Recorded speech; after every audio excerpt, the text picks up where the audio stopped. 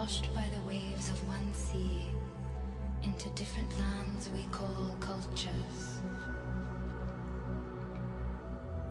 Have you ever wondered if you were destined by a different wave? Wonder with me, close your eyes and let your heart tremble. Let your soul move to different sounds of cultures. I'll take you there. Give me your tired, your poor, your huddled masses yearning to breathe free, the wretched refuse of your teeming shore. Send these, the homeless, tempest-tossed, to me. I lift my lamp beside the golden door.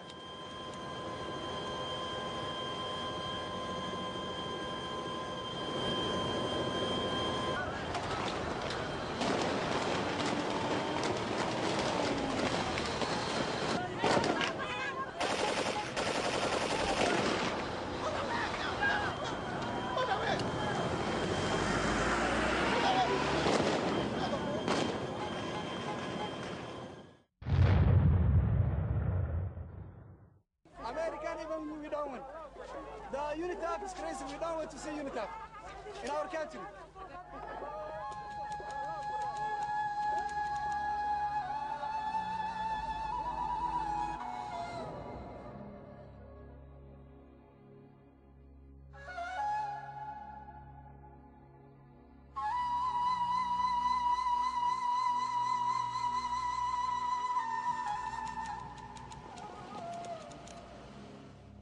Benjamin Bates came here in 1847, and this was before we were a city, and wanted to build a textile mill. What he really built was a city and a community. As the mill grew, the city grew. As the mill prospered, so did our community. In 1950, the city of Lewiston was the single largest employer in the state of Maine, or I should say the Bates Mill was the single largest employer in the state of Maine, with 5,000 employees and a very prosperous textile business. In the 60s and 70s, the mill started to decline, and as the mill declined, so did the condition or the prosperity of our town. And today, unfortunately, the mill no longer operates here. It closed down for good, and it's been a very difficult transition to go from a very prosperous town only 50 years ago to a town that is struggling to stay afloat. The Franco-American community is a very hard-working, very proud community. We've suffered what, in my opinion, is a decline in self-esteem. We worked hard to change our reputation and our perception. We worked hard to grow our economy. We created thousands of jobs, so the economy was good. People felt good about living here. As we came into the year 2002, we were at a very positive place here in the city of Lewiston. This is a community, it's a proud community. This is a community that people who choose to live here absolutely love the fact that they live here.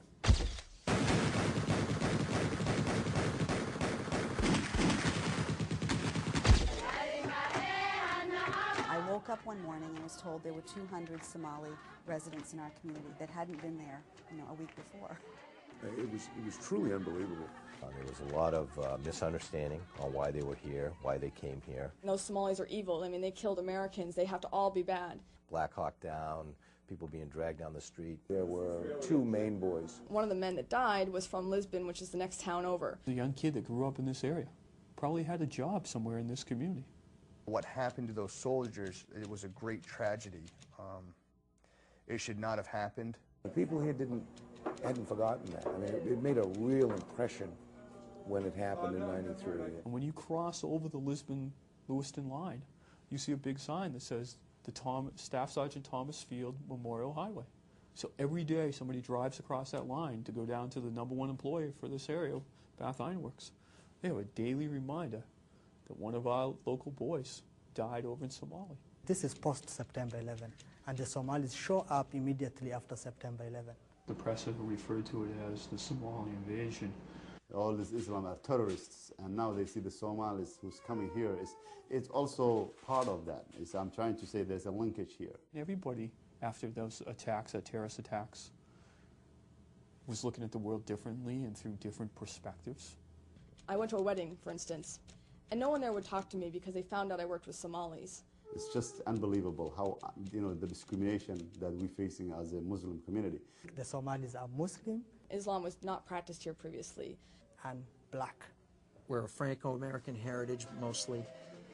We haven't seen a lot of people of color. We have a 97% white ratio. We live in the whitest state in the nation, so there are some definite differences that made it obvious that there were new people in our community. The Somalis did not have the choice to come to the United States. They left behind the dead body of their own relatives, their children, their fathers.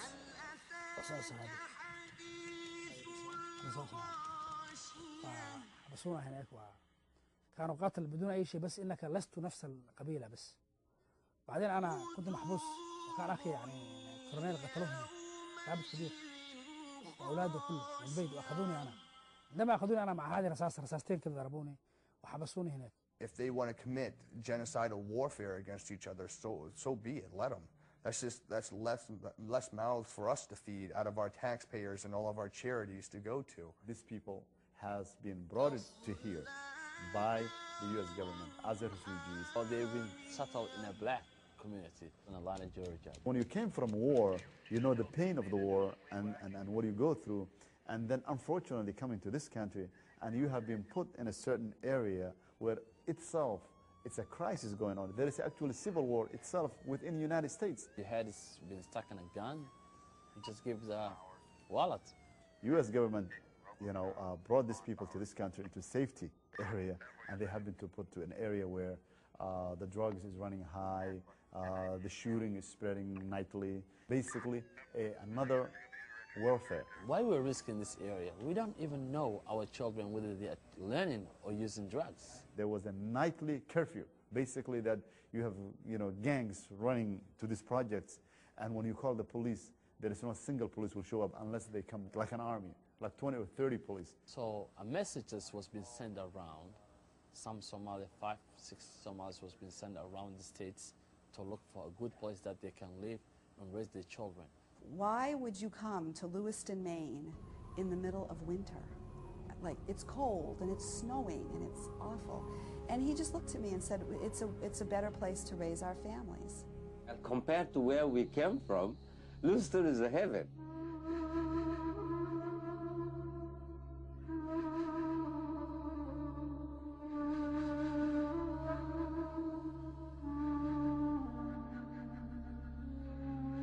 Born and raised in Newark, New Jersey, and came here to Lewiston to go to a small college called Bates College, and opened a small business while I was a student at Bates, working my way from school. And 32 years later, they made me the mayor and state senator, and now it's home.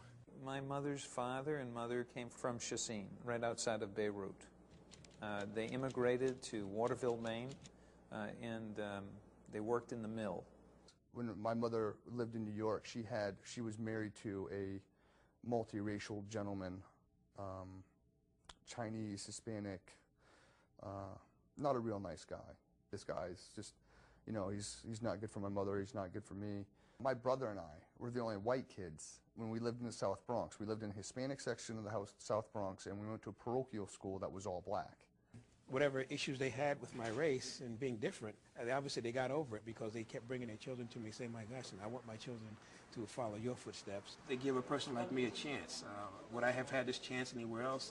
I think it would be more difficult, to say the least. My grandfather had a store in the early 20s. Raised on a small family budget and business with a great ethnic diversity that was part of Hancock Street. Which means basically blacks, Asians, Somalians, some Arabics, but whites won't live there because they will not lower their living standards. My grandmother on Sundays used to sit in the kitchen, and she would take these laundry bags and she would be filling it with clothing, and she'd be filling it with other types of things that she'd be sending